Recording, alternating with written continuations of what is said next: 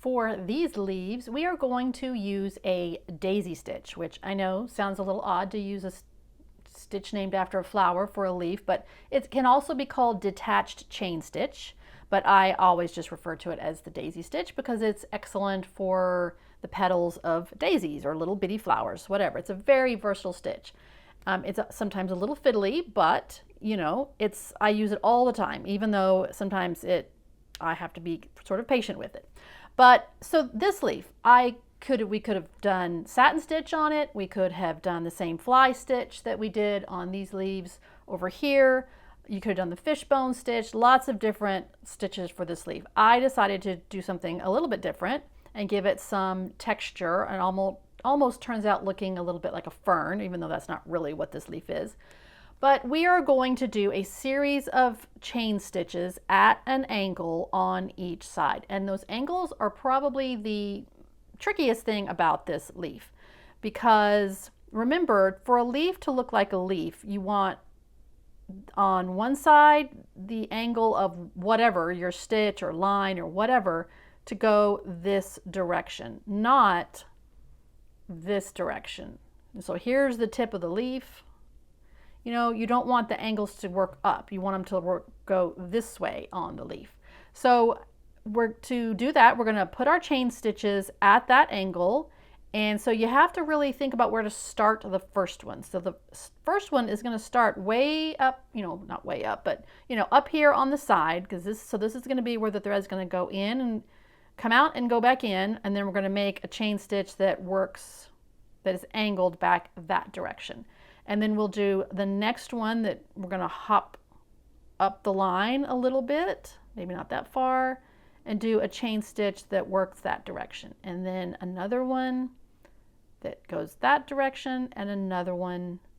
I think 4 stitches will probably do it. So if it helps you to draw these lines ahead of time, do it, because you know, the more you do, you may not need the lines, but it definitely helps at the beginning. So here's what I mean about coming in and going out of the fabric and all that. So I'm going to come up on the outside edge of the leaf, go back down in that exact same hole, leave a loop, and then this is where the end of our stitch is going to be. And this is something to talk about. So here's the center line of that leaf. Let me draw it a little bit darker so you can see it. And when I come up, I don't want to come up right on that line, and I don't want to come up on the other side of the line.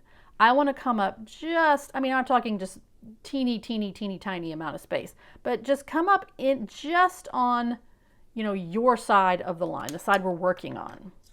So what I mean by that, hold that loop open, come up, right, just on this side of the line. And just like we did for the buttonhole stitch, it helps if you'll pull the thread flat against the fabric and in that direction, away from the stitch, and pull it till it's tight enough. And now we're going to go down just on the other side of that loop. Let's do another one. Come up the line a little bit, hold the thread up, go down right where the thread came up, go back down at that angle, come up just on this side of that center line, pull that thread away from you, and go down right on the center line. Let's do another one. Move up the line a little bit, angle back towards the base of the leaf, hold the loop open, come up just inside the center line, and go down. And let me see if one more stitch, I think one more stitch is going to be just right. So this one's maybe angled even more. It's a tiny one. All right, so here's why I was saying to make sure that when you bring the thread up, you come up on this side of the line, because if we had gone over the line, now we've like filled in part of this side. So you really want to stay on your side of the leaf that you're working on. Now I will come and I will do the exact same thing. It's easier, I mean, you can do it either way. I think I'm going to hop down here and I'm going to start from the base and work up. I'm going to put some guidelines to help me. It really helps me when I'm doing this stitch to orient the hoop so that I'm working away from myself like this. I'm going to try to do it without moving the hoop, but you move the hoop however it is easiest for you. Oh, that one's a little far away. Didn't get those guidelines quite right. Let me see if I can do this going sideways for me.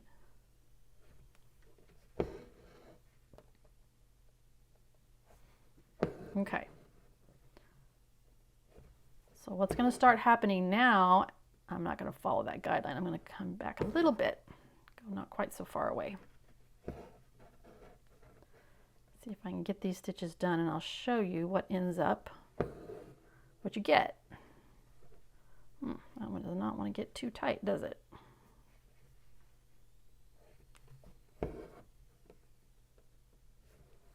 Let me do one more. Make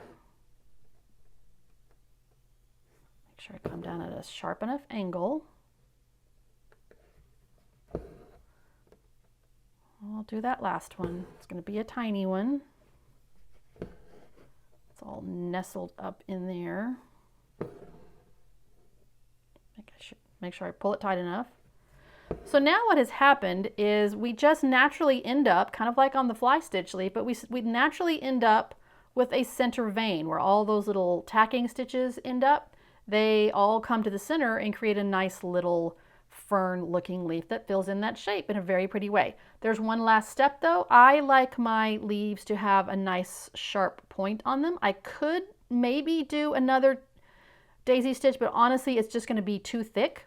So all I really want is a little point. So last thing I'm going to do is I'm going to come up just outside the point on the pattern line, and I'm going to go down about a third of the leaf and just make a straight stitch, and that finishes off the leaf beautifully.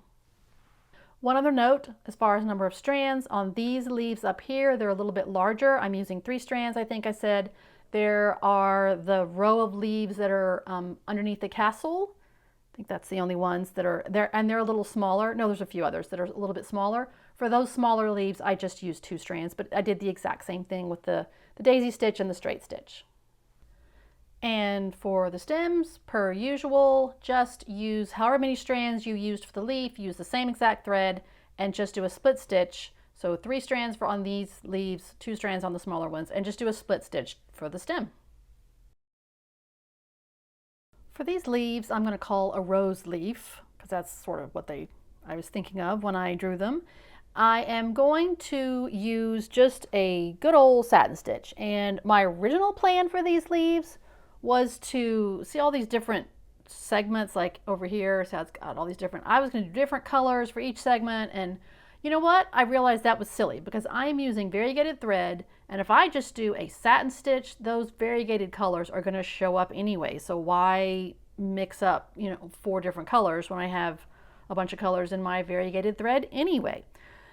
So we're going to do just a plain old satin stitch. I have already split stitched the outline. And years ago when I was doing satin stitch, I was just too impatient to do that. I was like, well, I just want to get to the fun, the good one, the stitches that show. But now I pretty much, not all the time, but pretty much always add a split stitch outline, because it really does give you a nice, beautiful edge, nice dimensional edge. I am using 3 strands on all of these leaves, no matter what size they are. So that's really so I'm using the same thread that I'm gonna be stitching with. The satin stitch I use for the split stitch. That gives you a pretty chunky outline over which to stitch. And then now use those lines that were originally gonna be separate sections, use them as guidelines for the angle that you want. And remember, I cannot remember what part it was on, and I was talking about satin stitch and how where you come up and go down. And well, this is a time where I am going to stick to that rule. I am not going to do that thread saver technique. I am always going to come up on the outside edge and go down on the inside edge. Now you could start on the inside edge. You could start here and go down here. That's fine. Just be consistent. wherever you always come up, you know, go around and around and around on the back of the fabric, if that makes sense, about around and around. But so now I've kind of worked backwards a little bit in, in that little area. But now I'm just gonna work up this side of the leaf using those lines as a guideline, being careful that when I come up, since I'm going up on the split stitch side, I don't want to split those stitches now. I want to make sure that I don't come up inside that outline stitch. I want it to, whoops, goodness, come on. There we go. And if you are intimidated by satin stitch, or if it never comes out as nice as you want it to, I have a complete video that I go into great detail about all the ways that you can get your satin stitch to be nice and smooth. I will just say here that one of the biggest things, the most important things you can do is the way you separate your strands, or to make sure you separate your strands, all of them. So if I'm using 3 strands, you know, I know a lot of people just pull the strands apart and they untwist. You know, they just take 3 and 3 and they just pull the 3 from the 3 out of the 6, and then just let them twist back together. Don't do that. That drove me nuts. But it also, for a long time, I couldn't figure out why my stitches didn't lay smoothly. And it was because I was letting those stitches twist back up so that they were kind of like a rope, when I really wanted like a ribbon, a nice flat smooth ribbon. So when you strip your threads to separate them, that's what it's called, is when you take the 6 and you tease out one strand, and you pull that one strand and you hold the 6 and you pull it out, and all of these twist up, but you pull that one strand and then you lay it out, and then you pull another strand and lay it next to it. So if you need 3, you do that 3 times. So you basically have 3 separate strands that are now laying next to each other. They're not all twisted up. That's what I have here. Don't know if you can tell. Probably not, but see how it lays smoother? It lays like a ribbon, like a flat ribbon. That makes a huge difference. I was so much happier with the whole process when I started using that method. But I have a separate video just on how to strip your threads. But I'm sure it's been a while, but I'm sure I talk about that in the satin stitch video as well. But now I am just working down the other side, and see how the variegated thread just shows up really beautifully there. There was no need to do multiple colors. All right, so I'm almost done with this side. All that satin stitching is done. And you know, on the practice leaf I actually just took the same thread and I did a line of split stitch right down the middle and made a little point. And you know, on this one, I don't think it even needs that. The way the colors worked out or something, it just has a nice little vein that's sort of, you know, depressed right there. It's like, you know, goes in, so it looks like an actual leaf. So I think I'm just going to be a rebel and leave this one without a center vein. Okay, so look at yours. If you think it needs a center vein, add it, and if not, just leave it. I am excited to stitch these small little 4 or 5 petaled flowers, because we are going to use one of the prettiest colors of the dyed thread. I don't know if you can see it here, but it's the thread, I think I called it dark variegated purple, blue, turquoise. You know, not a great name for it, but anyway, but it has, you know, all these different colors in it, you know, purple and turquoise, and depending on how you did it, more of the pink. So anyway, it's going to be really fun, and the stitch we're going to use is going to really show off those beautiful colors. And you know, these little petals are not that large. I could have easily have used a satin stitch for these, and it would have been very pretty, and also would have looked nice with the variegated thread. But we are going to use a stitch we've already used, which is the buttonhole stitch. This time we're going to use it a little bit differently. Like in this flower over here, you know, we used it, but it was very spaced out, you know, wide areas between each buttonhole stitch. Here we're going to do it really close together so that it fills in essentially each petal, and it gives a nice little textured kind of a rolled edge. So let me show you how we're going to do that. I'm a little bit closer now so you can really see what I'm doing. And I'm going to start on this petal right here.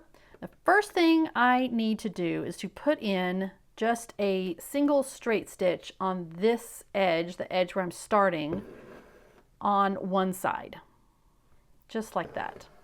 And that is because when you are doing the buttonhole stitch, you start up here and you have a little leg that goes over and then a spoke that comes down.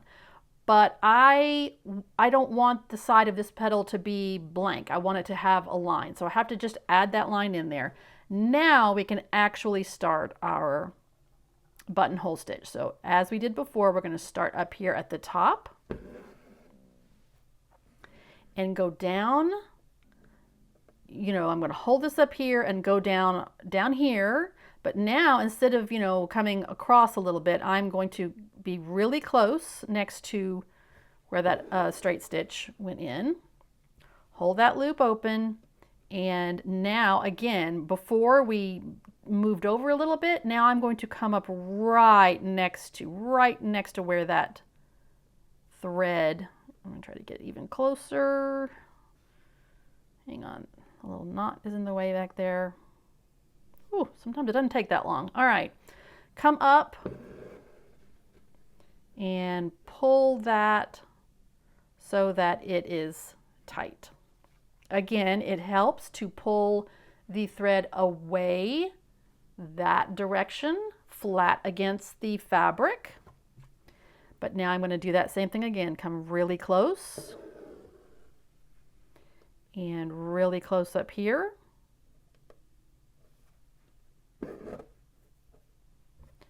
And don't tell me I already have a knot on the back. Okay, there we go. And just keep doing that all the way across. And you know, whoops, what have I done? I have really messed up. Oop, there we go, it just got caught. All right, well, man, did I mess that up. Okay, went down in the wrong place. Hang on. I just got so busy talking, I was not paying attention to what I did, and I was supposed to go down from the top, and instead I came up from the back, and I have made that mistake before if I'm not really thinking. So go down from the top and up inside that loop. I don't even remember what I was saying now. Down from the top, up inside the loop. So I'm going to stitch a little bit of this, and so I get a little bit more of this color going in there, and so you can see how pretty it looks. Just as before, I got to the end of the petal, my last stitch, and to finish that off, I'll just take it down to the back to lock that little bar in, and now I can just start over again. I'm going to add that stitch on the side, that one straight stitch. And now I can come up and start my buttonhole stitch again. I'm excited for this thread to get to kind of the purple color, so I'll go do that.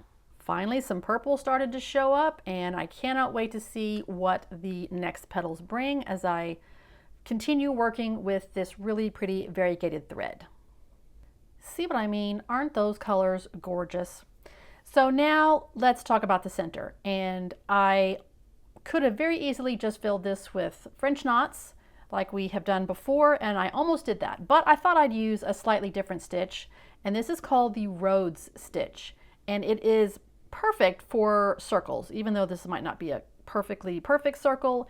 It's a circular shape, and the Rhodes stitch is a great way to get a little bit of height and a little bit of visual interest on a circle. And it works for smaller circles and some slightly larger ones, so it's really simple to do. Let me show you what we're going to do. We are going to, let's think of it like a clock.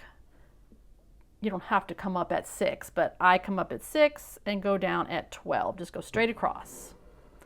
And I'm using 3 strands.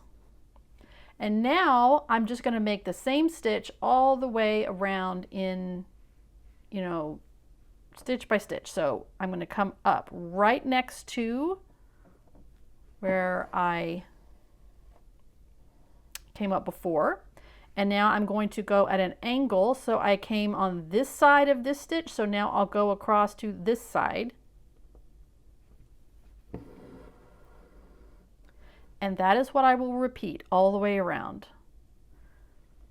Coming up right next to that one, cross over and go down on the other side.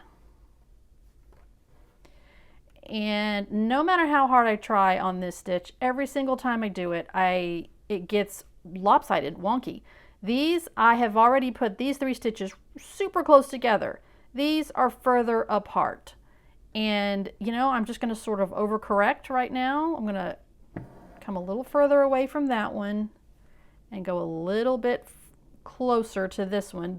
The idea is to have them be the same distance apart, but I also know about this stitch that it seems like every time I do it, I'm thinking to myself, this one is going to be way off, not going to turn out, it's all crooked, but usually if I just keep going, it turns out fine. It almost sort of overcorrects, or just not overcorrects, but it just seems to correct itself. But I am going to try to pay attention to how far away or how close those stitches are.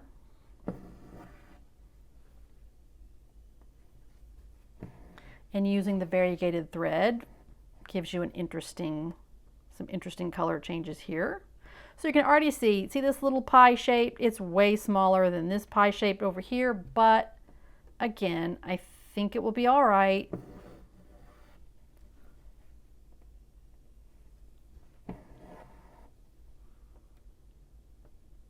And you don't have to be really on this one, like if you were doing a berry where it was just going to be standalone, I would be really careful about my outside shape, but we're going to be covering this up with French knots, so it's not that big of a deal. So I probably have 2 more stitches to make.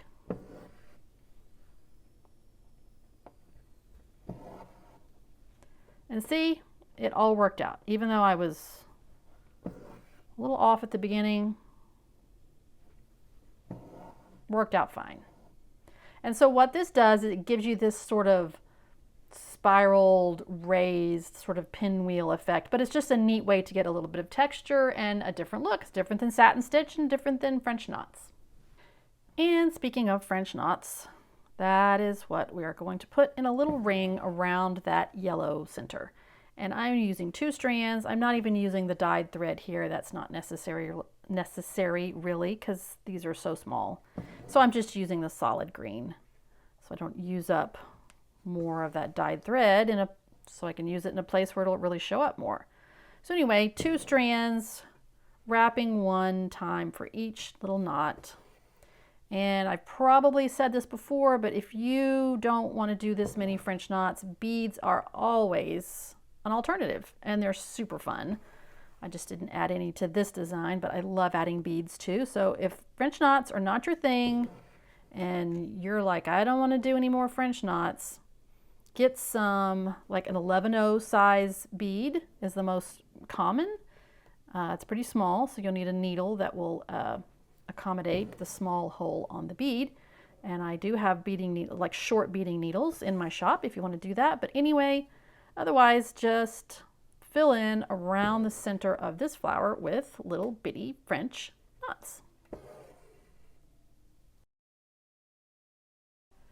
Now let's work on this peony. And let me tell you, peonies are not the easiest to stitch. And I think it's because of the way their petals are. Like, you know, they're very often they're just like a bowl, you know, they're all rounded up, and in this instance, like some of the petals are flat on the around the edge, and then there's a bowl in the center of the petals. So that is, I think, why they are a little bit difficult to stitch. And let me tell you, I asked myself, why did I choose a peony? Because it took me a while to figure out how to stitch this. But I think I've come up with something that I'm very happy with.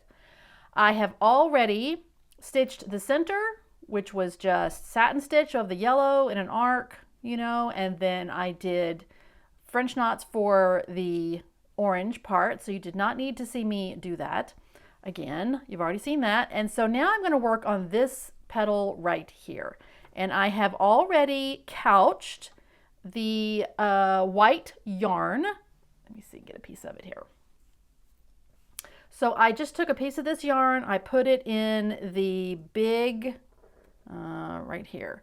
I put it in the big number 20 size needle. I didn't separate out any of it. This is all 4 plies. Put it in the big needle, and I just couched it the way we have done the other couching. So again, I don't think you needed to see me do that again. So that's already done, and I couched it just along this top edge. Now there's a diagram in the pattern that shows you on each petal which edge to couch the yarn, because it's not the same on every single petal. The ones in the center, like I was talking about, like form sort of a bowl, you're going to couch the top edge, and these around the outside edge, you're going to couch this outside edge of each petal. But anyway, the diagram will tell you which way to, or which edge to couch on of the yarn. And then now we're going to get ready to stitch the petal, and I am going to be using 2 strands of thread, the dyed thread. And before you start, it is very helpful, we're going to be doing satin stitch over this edge of couched yarn, and it's really helpful on all of these petals if you want to to draw yourself some guidelines. So there's also a diagram in the pattern that shows you what the angle is for each one, because it's different. Like on this petal over here, they'll go off at, they'll be like at this angle, like this, and they'll be on this well, I'll talk about that in a minute when we get to the darker part. And then like these petals, it'll start from this way and go out, and it'll radiate out from there. So anyway, look at that diagram and you can make yourself some guidelines before you start. So now it is sort of hard to see the petal that we're doing, so I'm going to draw it a little bit darker for you. All right, so this is the one we're going to work on. And the lines that are on the diagram in the pattern are not just the line. In the next step, they're going to be where you're going to shade this petal, but they're also the angle you're going to stitch. Doesn't matter if you start on the left or the right, and it really doesn't matter if you go from the top edge, like the outside edge of the petal, like start here and work here, or start here and go here. Generally, I'm finding I don't know, sometimes I'm switching it up. Sometimes I'm finding it easier to start on this, on the couched edge, but 2 strands, just good old satin stitch. I'm not going to show you this whole thing, but I am being careful. Sometimes it's hard to be able to come up through that stitching that's already there. Okay, hang on to change the angle of my needle. Okay. That's why sometimes it's hard to come up on this end, but like I've mentioned before, I don't generally switch directions for satin stitch, but if you wanted to come up on this end and go down over the couched threads, you could certainly do that. But otherwise, just satin stitch all the way across here, and since we're using the dyed threads, you'll get a really nice, range of color as you go across. And once again, ignore this petal down here. I thought it was going to be easier to start on the outside and work towards the center, but it's really better to start in the center and work out. So I'd already done that one, didn't want to rip those stitches out. So for now, just pretend that's not there. You might be wondering why I used yarn to couch on that one edge. Previously in other areas we have used just a line of split stitching with regular DMC thread, and I did that because I wanted a very defined edge. And I've been talking several times throughout this pattern about how to differentiate, things that are right next to each other.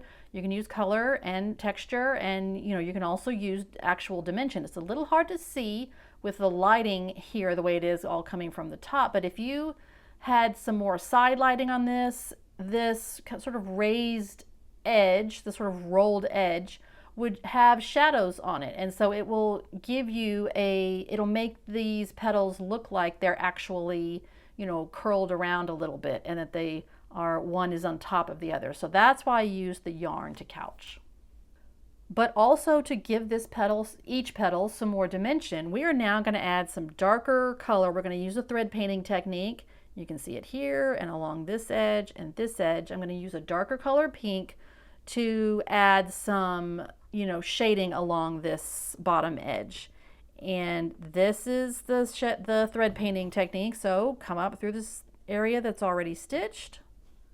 I'm using one strand now.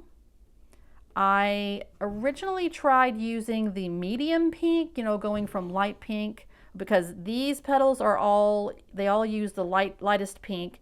There's going to be some medium colored ones, and then the outside ring are going to be dark pink. And I started out trying to shade these light pink ones with the medium pink, and it just depends. Mine weren't quite dark enough, so they weren't really showing up. So I switched to this one strand of the dark pink, and it's pretty strong, but it does really give you a nice shadowed edge. And just as we've done before with thread painting, just different lengths, and it's not a solid line of stitching across there, so but just a little bit. As it builds up, as thread painting always does, it will really start to give you some dimension. And that's really all there is to this entire flower. Each petal is stitched the exact same way. You're just changing up the color combinations. And after all, I put this off for a while because, like I said, I just could not figure out how to stitch it. So I'm excited to see it as more petals get stitched. But anyway, I hope you enjoy stitching this lovely pink peony.